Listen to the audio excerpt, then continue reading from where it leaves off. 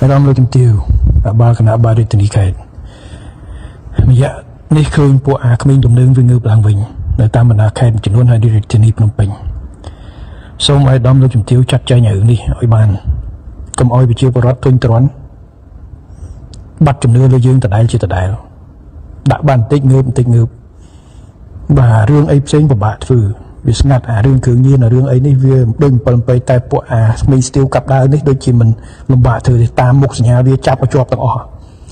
បាទខ្ញុំប្រាប់តែដំកើតរត់មើលអាពួកចូលគុកនឹងកុំឲ្យលែងតឡាការអីហ្នឹងមើល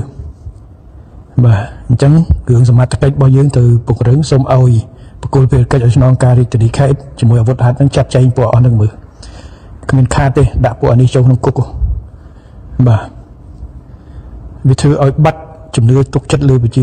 ពលរដ្ឋមកលើយើងមហាជនមកលើយើងនៅពេលដែលឃើញប្រក្រាបបន្តិចហើយងើបឡើងវិញបែបនេះខ្ញុំគិតថាពួកនេះបេះអស់វាមិនមែនដូចពួក terrorist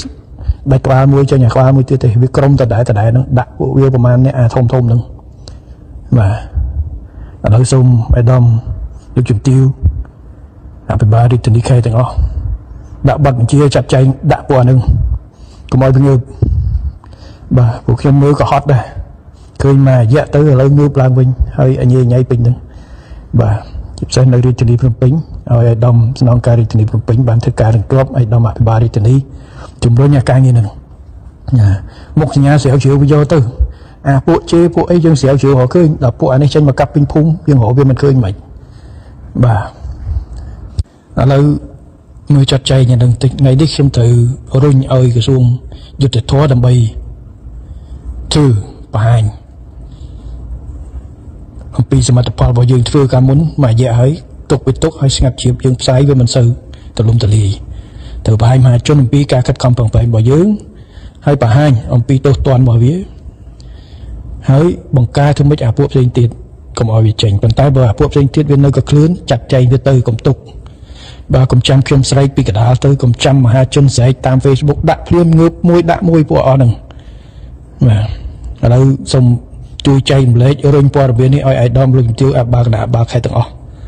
បាទហើយខ្ញុំតាមមើលខេត្តណាខ្លះមានការច្រើនជាងគេ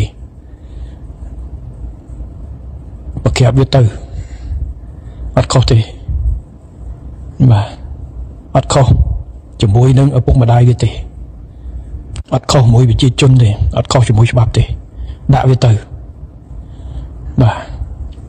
យើងមានកម្លាំងក្នុងដៃមានលុយក្នុងដៃមានមនុស្សក្នុងដៃមានច្បាប់ក្នុងដៃធ្វើពួកអាក្មេងៗនឹងមិនបែកយើងធ្វើម៉េចឥឡូវបាទឥឡូវសូមជំរុញធ្វើម៉េចពួកហ្នឹងវាកើតនៅក្នុងខេត្តនៅក្នុងរាជធានីធ្វើការងារនឹងបាទខ្ញុំហត់ដែរតាមពិតឃើញក្រាបតិចទៅក៏សប្បាយចិត្តទៅឥឡូវងើបឡើងវិញខ្ញុំថាដាក់ឲ្យស្មើដៃតែម្ដងកុំទម្លាក់ដៃតាមបណ្ដារាជធានីខេត្តទាំងអស់គឺអាក្មេងទំនើងកាប់ចាក់ថ្ងៃនេះ